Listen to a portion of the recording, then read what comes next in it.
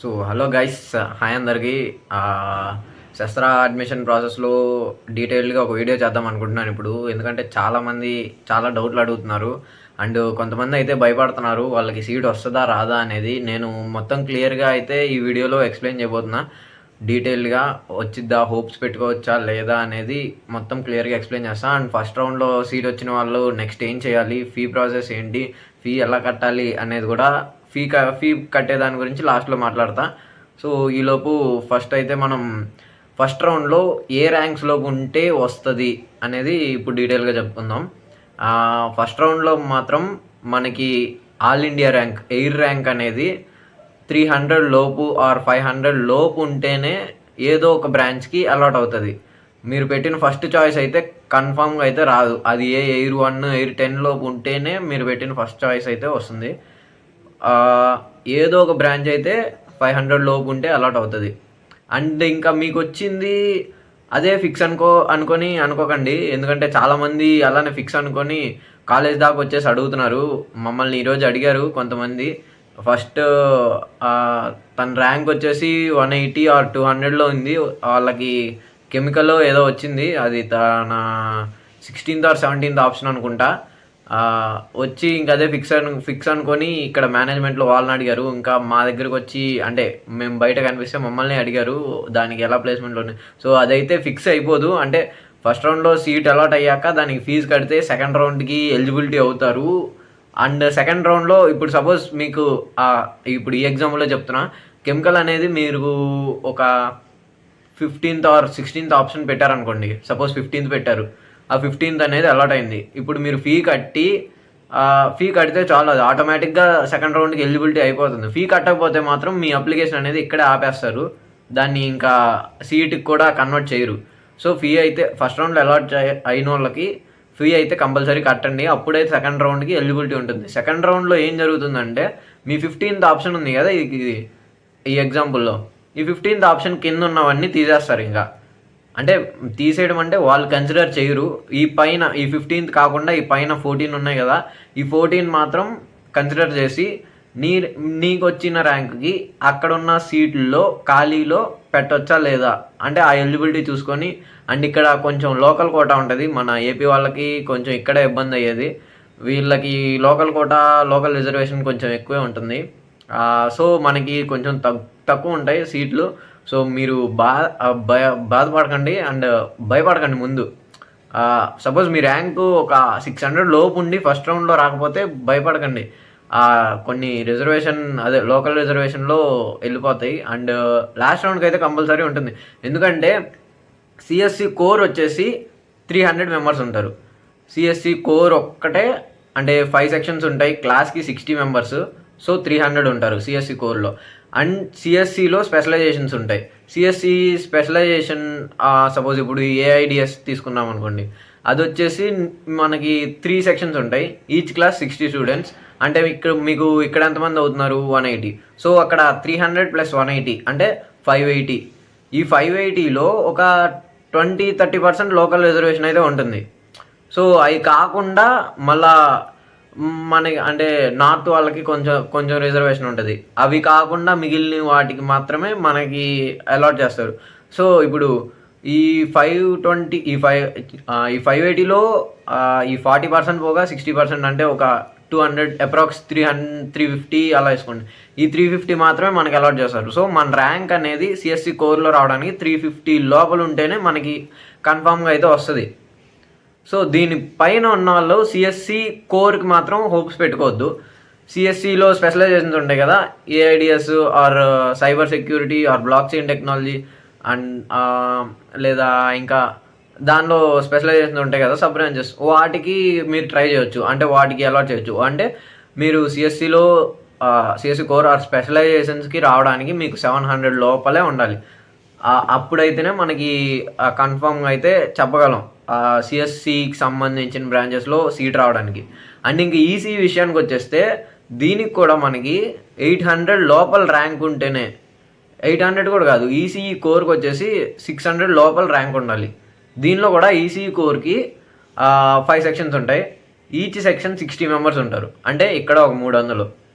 So మన rank 600 లోపల ఉంటేనే అలాట్ అవుతుంది. అంటే మ్యాక్సిమం సిఎస్సి చూసుకుంటారు, ఆ మిగిలిన వాళ్ళకి తర్వాత ఈసీకి వేస్తారు. సో మనకి ఈసీఈకి వచ్చేసి 600 లోపల ఉండాలి. అండ్ ఈసీఈలో ఒక 2-3 స్పెషలైజేషన్స్ ఉంటాయి. దానిలో ఒక్కొక్క స్పెషలైజేషన్ 2 or 3 సెక్షన్స్ వేసుకోండి. Each section 60 members.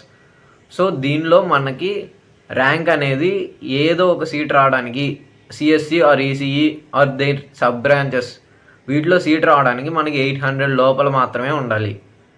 దీనిపైన ఉంటే హోప్స్ పెట్టుకోవద్దు. ఈ రెండు డిపార్ట్మెంట్స్లో హోప్స్ పెట్టుకోవద్దు. అండ్ ఇంకా మెకానికల్, సివిల్, ఇంకా బయోటెక్నాలజీ, కెమికల్ ఇంజనీరింగ్ అంటారా, దీనిపైన కూడా అంటే 1500 or 1600 లోపు ఉంటేనే మీకు ఏదో ఒక బ్రాంచ్ అయితే అలాట్ అవుతుంది. ఇంకా దాని తర్వాత దానిపైన ఉన్న వాళ్ళంతా హోప్స్ ఎక్కువ పెట్టుకోవద్దు అండ్ తర్వాత బాధపడద్దు. ముందే చెప్తున్నా, వేరే కాలేజ్ సెకండ్ ఆప్షన్లో పెట్టుకోండి. ఒక్క కాలేజ్ అని కాదు, ఒక 2-3 కాలేజెస్ పెట్టుకోండి, ఒకటి కాకపోతే ఇంకోటి. అది మంచి కాలేజెస్ మీరు ఆర్డర్ వైజ్ చెక్ చేసుకొని దాని యొక్క హిస్టరీ చూసి అండ్ దానికి ఎన్ఐఆర్ఎఫ్ ర్యాంకింగ్స్ ఉంటాయి, అవన్నీ చూసుకొని మీరు ఈ కాలేజ్ కాకపోతే ఇది, ఈ కాలేజ్ కాకపోతే ఇది, ఇలా ఒక ఆర్డర్ అయితే పెట్టుకోండి. ఎందుకంటే ఒకటే పెట్టుకుంటే చాలా కష్టం అయిపోద్ది. అక్కడ రాకపోతే మళ్ళీ తర్వాత మేనేజ్మెంట్ కోటాకి వెళ్ళాలి, చాలా ఖర్చు అవుతుంది, చాలా తలకాయ నొప్పి ఇదంతా. సో మీరే ఒక 3-4 కాలేజెస్ అయితే ఒక ఆర్డర్లో పెట్టుకోవాలి. అండ్ మన ఏపీ, తెలంగాణ వాళ్ళకి మాత్రం ముఖ్యంగా చెప్తున్నా, ఇదొక్కటే కాదు, ఎంసెట్ కూడా చూసుకోండి. ఎంసెట్ కాలేజెస్ మంచి ఏమున్నాయి, top college, top 10 or 20, top 15 చూసుకోండి చాలు. టాప్ 15 ఒక ఆర్డర్లో పెట్టుకోండి, అవే పెట్టుకోండి. ఇంకా అంటే ఇది కాకపోతే ఆ కాలేజెస్కి వెళ్ళడానికి రెడీ అవ్వాలి మీరు. అండ్ మెయిన్స్ వచ్చిన వాళ్ళకి ఇక ఓకే, వాళ్ళకి మెయిన్స్ ఎన్ఐటి ఏదో ఒకటి వస్తుంది అని వాళ్ళకి నమ్మకం ఉంటే వాళ్ళు అటు వెళ్ళిపోతారు. సో దీనికన్నా ప్రిఫరెన్స్ ఎన్ఐటికి ఇవ్వండి, ఎందుకంటే అది ఎన్ఐఆర్ఎఫ్ ర్యాంకింగ్స్లో అవే ముందు ఉంటాయి కాబట్టి. అండ్ ఇక్కడికన్నా అక్కడ ఇంకా ప్లేస్మెంట్స్ ఉంటాయి, దాని తర్వాత ఇక్కడ ఉంటాయి ప్లేస్మెంట్స్. దీనికన్నా కింద కాలేజ్ కన్నా ఇక్కడ కొంచెం బాగానే ఉంటాయి. అండ్ కొంతమంది అడుగుతున్నారు, సిఎస్సి కోర్కి ప్లేస్మెంట్స్ ఎక్కువ ఉంటాయా, ఈసీఈ కోర్కి ప్లేస్మెంట్స్ ఎక్కువ ఉంటాయా, ఎందుకంటే ఈసీఈ సాఫ్ట్వేర్ వెళ్ళొచ్చు, హార్డ్వేర్ వెళ్ళొచ్చు అని అడుగుతున్నారు. ఈసీఈకి హార్డ్వేర్ వెళ్ళొచ్చు, సాఫ్ట్వేర్ వెళ్ళొచ్చు అని జాయిన్ అవుదాం అనుకుంటే మాత్రం ఆ ఉద్దేశం మైండ్లో ఉంటే ఈసీఈ మాత్రం పెట్టుకోకండి. మీరు సాఫ్ట్వేర్ వెళ్ళాలనుకుంటే ఈ సిఎస్సిలోనే చేరండి. ఈసీఈలో చేరి సాఫ్ట్వేర్కి వెళ్ళొచ్చు, కానీ దోలు తీరిపోద్ది. మీకోసమే చెప్తున్నా, సాఫ్ట్వేర్ వెళ్దాం అనుకుంటే సిఎస్సిలో మాత్రమే చేరండి. హార్డ్వేర్ వెళ్తాను అంటే ఎంబెడెడ్ ఉంటుంది, అది సాఫ్ట్వేర్ హార్డ్వేర్ కలిపేసి ఉంటుంది. సో నాకు అది ఇంట్రెస్ట్ ఉంటేనే ఈసీఈ తీసుకోండి. అండ్ సో ఇప్పుడు ఇదైతే ర్యాంకింగ్స్, అంటే మనకు వచ్చిన ర్యాంక్కి ఏ డిపార్ట్మెంట్లో సీట్ అలాట్ అవుతుంది అనేది ఇప్పుడు డిస్కస్ చేసాం. అండ్ ఇంకా దీని తర్వాత అయితే స్లైడింగ్ ఆప్షన్, స్లైడింగ్ గురించి మాట్లాడుకుందాం. ఇప్పుడు ఫస్ట్ రౌండ్లో ఒక సీట్ అలాట్ అయింది, సెకండ్ రౌండ్కి దానిపైన ఉన్న ఆప్షన్స్ స్లైడింగ్ అవుతాయి.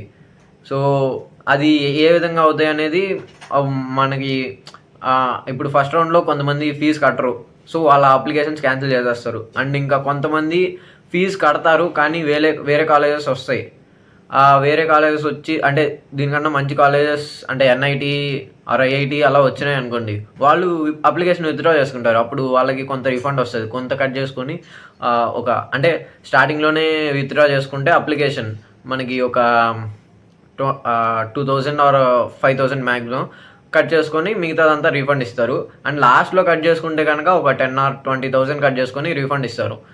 అండ్ ఇప్పుడైతే వాళ్ళు విత్డ్రా చేసేసుకున్నాక మిగిలిపోయిన సీట్లు ఉంటాయి చూసారా, అక్కడికి మన ర్యాంక్కి అక్కడ సెట్ అవుతుందా లేదా అది కన్సిడర్ చేసి మనకైతే ఆ సీట్లు అనేది అలాట్ చేస్తారు. అండ్ ఇంకా ఒక 800 లోపు ఉంటే కన్ఫామ్గా లాస్ట్కి సిఎస్సి కోర్ అని చెప్పలేను, సబ్ బ్రాంచెస్ రావచ్చు. అండ్ ఈసీ కోర్ కూడా ఒక 600 లోపల ఉంటేనే రావచ్చు. సో దీనిపైన ఉంటే మాత్రం హోప్స్ పెట్టుకోకండి.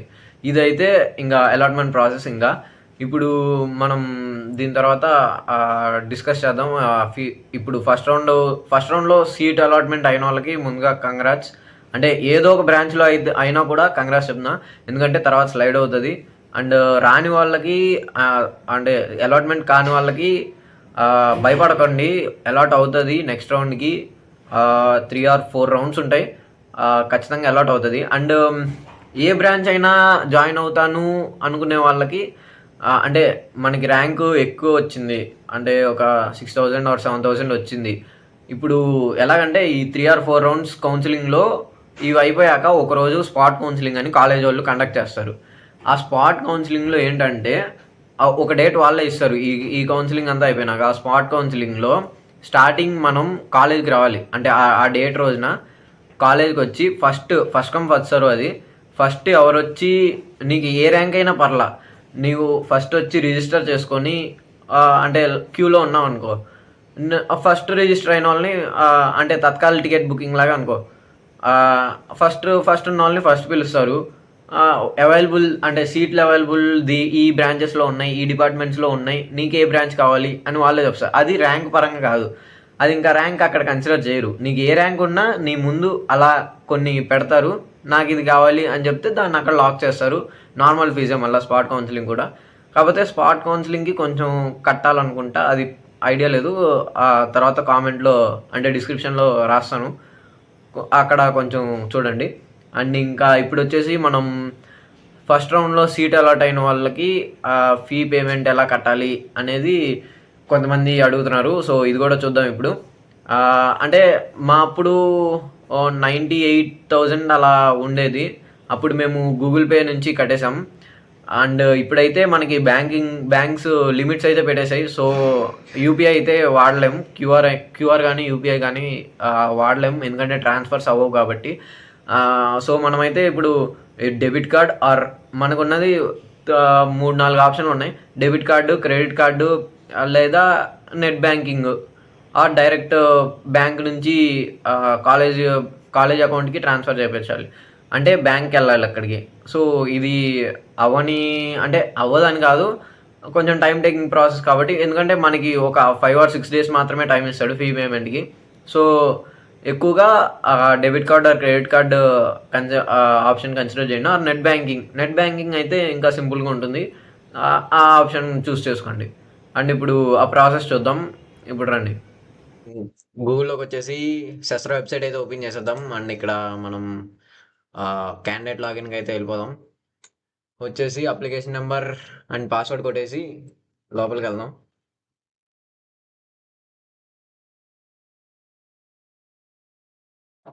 అండ్ పాస్వర్డ్ కూడా కొట్టుకోండి.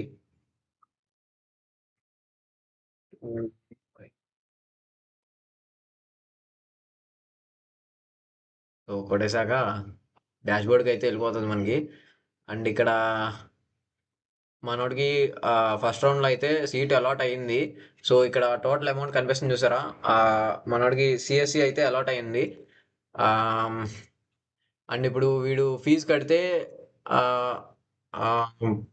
నెక్స్ట్ రౌండ్కి అయితే ఎలిజిబుల్ ఉంటుంది, కానీ వీడికి ఇదే కావాలి కాబట్టి తినైతే ఇది లాక్ చేసుకుంటాడు. అంటే ఫస్ట్ ఆప్షన్ నాకు తెలిసి ఇదే పెట్టుంటాడు, ఒకసారి చూద్దాం ఆప్షన్స్ వచ్చేసి. చూసారా, ఫస్ట్ ఆప్షన్ అయితే ఇదే పెట్టాడు. సో ఇక్కడ నుంచి నెక్స్ట్ రౌండ్లో అయితే స్లైడింగ్ అవ్వదు, ఇంక ఇది ఫిక్స్ అయిపోతుంది తనకి. ఇలా ఫిక్స్ అయిన సీట్లు మాత్రం లాక్ చేసేసి ఉంటాయి. మిగిలిన కొన్ని సీట్లు ఉంటాయి కదా, అంటే CSC suppose 4th or 5th ఆప్షన్లో పెట్టుంటారు, దానిలో మటుకి స్లైడ్ అవుతుంది నెక్స్ట్ రౌండ్కి. అండ్ ఇప్పుడు ఫీ పేమెంట్ వచ్చేసరికి ఇక్కడ ఇచ్చాడు కదా స్టార్టింగ్లో, ఎదురా 1 second.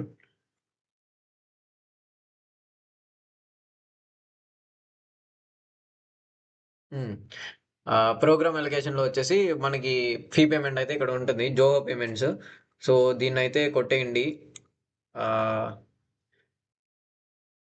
ఇలా కొట్టేసి యూపీఐ అని ఉంటుంది, యూపీఐ ఇక్కడ జనరేట్ క్యూఆర్ కొడితే జనరేట్ అవుతుంది. కాకపోతే కొంతమందికి లిమిట్ అయితే ఉంటుంది. సో అది లిమిట్ చెక్ చేసుకోండి, అంటే మీ పేరెంట్స్ అకౌంట్లో ఒకసారి లిమిట్ అడగండి మీ పేరెంట్స్ని. దానిలో లిమిట్ ఉంటే ఓకే, 1,02,000 కాబట్టి సో నాకు తెలిసి లిమిట్ ఉండకపోవచ్చు. 1,00,000 దాటితే ఆ పేమెంట్ అవ్వదు. సో నేను చెప్పే బెస్ట్ ఆప్షన్ ఏంటంటే నెట్ బ్యాంకింగ్ చూసుకోండి. నెట్ బ్యాంకింగ్లో మనకి బ్యాంక్ వెబ్సైట్ నుంచి డైరెక్ట్గా, అంటే బ్యాంక్ వాళ్ళ దాని నుంచి డైరెక్ట్గా పే చేసేయండి. లేదా ఇంకొక ఆప్షన్ ఏంటంటే క్రెడిట్ డెబిట్ కార్డ్స్, ఈ రెండిట్లో ఏదో కార్డ్ యూస్ చేసి మీరు పే చేసేయచ్చు. ఇక్కడైతే కార్డ్ నెంబర్ జస్ట్ ఏం లేదు, అంటే ఇక్కడ డెబిట్ కార్డ్స్ వచ్చేసి card debit or credit card ఏదైనా ఒకటే, ఏదైనా యూస్ చేయొచ్చు. కార్డ్ నెంబర్ అండ్ ఆ కార్డ్కి ముందు లిమిట్ ఉందో లేదో చూసుకోండి. అంటే ఆన్లైన్ ట్రాన్సాక్షన్కి పర్మిషన్ ఉందో లేదో చూసుకోండి. ఒకసారి మీ పేరెంట్స్ని అడిగి తెలుసుకొని దాని నుంచి ట్రాన్సాక్షన్ అయితే చేయండి. జస్ట్ ఇక్కడ కార్డ్ నెంబర్ ఒకటి ఎంటర్ చేసేసి ఇక్కడ మంత్ అండ్ ఇయర్ దానిపైన ఉంటుంది, కార్డ్ పైన అది ఎంటర్ చేసి సివివి అంటే మనకి కార్డ్ బ్యాక్ సైడ్ ఉంటుంది అనమాట, చిన్నగా ఒక 3-4 డిజిట్స్. దాన్ని ఇక్కడ ఎంటర్ చేసేయండి and next proceed to pay కొడితే నెక్స్ట్ వచ్చేస్తుంది, అంటే బిల్లింగ్ అడ్రస్ వస్తుంది. అది ఇక్కడ నేను కొడితే తను పే చేయలేడు, సో అంటే మళ్ళా కొంచెం టైం పడుతుంది. సో నేను ఇక్కడ ఇది కొట్టట్లేదు. అండ్ ఈ డీటెయిల్స్ అంతా ఎంటర్ చేసేసి పే కొట్టేస్తే, అంటే ప్రొసీడ్ టు పే కొడితే బిల్లింగ్ అడ్రస్ వస్తుంది.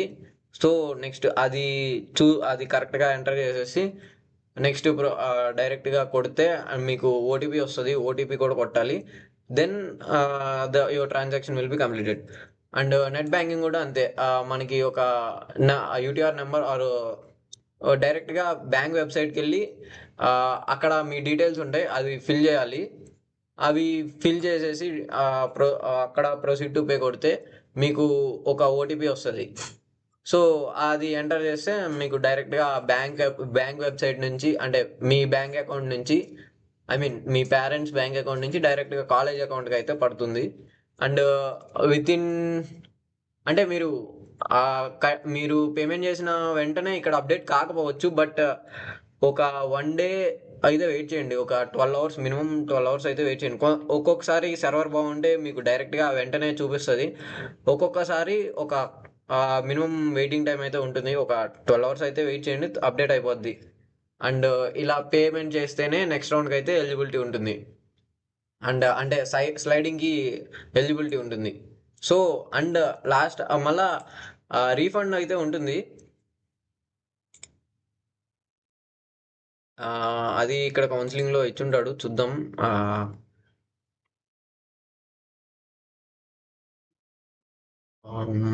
ఇదిగోండి, seat allotment ratio 20% of seats are allocated to Tiruchi and Thanjavur district. So చెప్పాను కదా, లోకల్ రిజర్వేషన్ కొంత ఉంటుందని. And 40% for the TN state. Tamil Nadu state వాళ్ళకి 40% అయితే ఉంటుంది.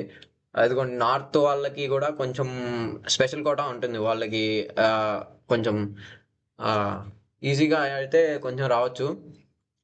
ఇదిగోండి, ఈ షెడ్యూల్ అయితే ఇచ్చాడు, ఇక్కడ చూసుకోండి. మనకి ఫస్ట్ రౌండ్కి లాస్ట్ డేట్ వచ్చేసి ఫీ పేమెంట్కి June 14 మార్నింగ్ 9 AM లోపు అయితే కట్టేయాలి. ఈ లోపల కడితేనే మన అప్లికేషన్ అయితే వ్యాలిడిటీ ఉంటుంది, లేకపోతే మన అప్లికేషన్ అయితే క్లోజ్ చేస్తారు అండ్ సీట్ కూడా పోతుంది. అండ్ ఇక్కడ ఇదిగోండి విత్డ్రాల్ ప్రొసీజర్. లాస్ట్లో విత్డ్రాల్ ఎప్పటి నుంచి స్టార్ట్ అవుతుంది? June 20 నుంచి అయితే స్టార్ట్ అవుతుంది.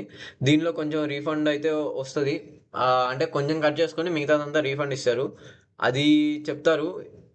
ఇదిగోండి ఇక్కడ చెప్పారు కదా, ఈ అడ్మిషన్ ప్రాసెస్ మొత్తం అయిపోయాక మనకి రీఫండ్ అయితే వస్తుంది. దాని డీటెయిల్స్ కూడా ఇస్తారు, రీఫండ్ డీటెయిల్స్ లాస్ట్లో. సో అది వచ్చాక నేను మళ్ళీ చెప్తాను. అండ్ ఇదైతే ఫీ పేమెంట్ ప్రాసెస్. సో మనకి మొత్తానికి 4 రౌండ్స్ అయితే ఉంటాయి. అందరూ లాస్ట్ రౌండ్ వరకు చూడండి, అంటే ఇది ఒక్కటే ఆప్షన్ పెట్టుకోకుండా వేరే కాలేజెస్ పెట్టుకోండి. దాంతోపాటు లాస్ట్ రౌండ్ వరకు చూసుకోండి, మీకు నచ్చిన బ్రాంచెస్ వస్తే జాయిన్ అవ్వండి, లేదా యువర్ చాయిస్. అండ్ ఇంకేమన్నా డౌట్స్ ఉంటే కింద కామెంట్స్లో పెట్టండి, తప్పకుండా రిప్లై ఇస్తాను. లేదా నా ఇన్స్టా ఐడి ఇక్కడ కింద మెన్షన్ చేస్తాను, కామెంట్స్లో పిన్ చేస్తాను, డైరెక్ట్గా డిఎం చేయండి, అక్కడైనా రిప్లై ఇస్తాను. సో ఏమైనా డౌట్స్ ఉంటే క్లియర్గా అడగండి, తెలుసుకోండి. దాచిపెట్టుకొని తర్వాత కంగారు పడి అలా భయపడకండి. డౌట్స్ ఉంటే క్లియర్గా తెలుసుకోండి, ఏమన్నా అడగండి. కాలేజ్ గురించి కావాలా, నేను అది కూడా చెప్తాను. మా జూనియర్స్, మా తోటి వాళ్ళందరినీ రివ్యూ మీకోసం పెడతాను అడిగి. సో ఇంకా ఏమైనా డౌట్స్ ఉంటే కింద చెప్పండి. Okay, all the best. And okay, అంతే, ఆల్ ద బెస్ట్.